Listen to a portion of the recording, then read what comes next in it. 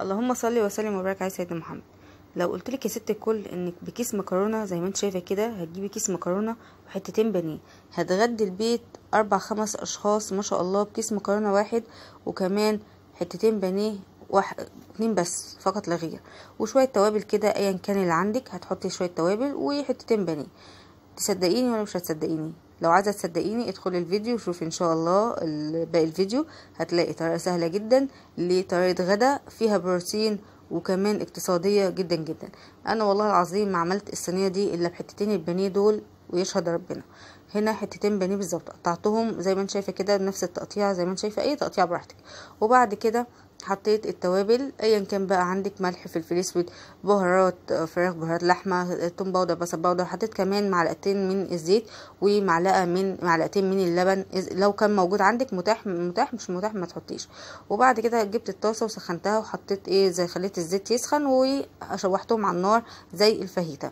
وبعد كده جبت معلقتين من السمنه وكوبايه من الدقيق زي ما انت شايفه كده، وحطيتهم على النار لغايه ما ريحه الدقيق طلعت. وبعد كده حطيت يا ست الكل نص كيلو من الدقيق من اللبن، اقصد نص كيلو من اللبن. وبعد كده زودت ميه، عايزه تزودي شوربه يا ست الكل موجود عندك ومتاح شوربه ما فيش مشكله. انا والله زودتها ميه، زودت يعني انا حطيت الكنكه دي او البتاع اللي انا بعمل بيها دي، هي كان مليانه لبن، وبعد كده حطيت مرتين منهم من الميه، تمام.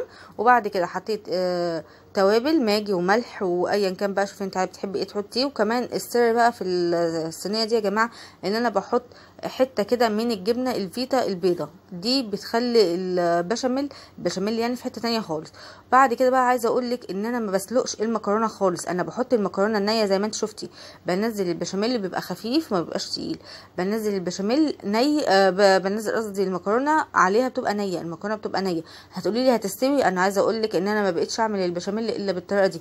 المكرونه يا جماعه بتبقى نيه، ما بسلقهاش ولا اي حاجه، وما شاء الله بتستوي بتبقى زي الفل. عايزه اقول لك بتبقى اطعم من المسلوقه. يا رب تجربيها كده وتعجبك، والله العظيم قضت البيت كله، احنا ما شاء الله 4 افراد.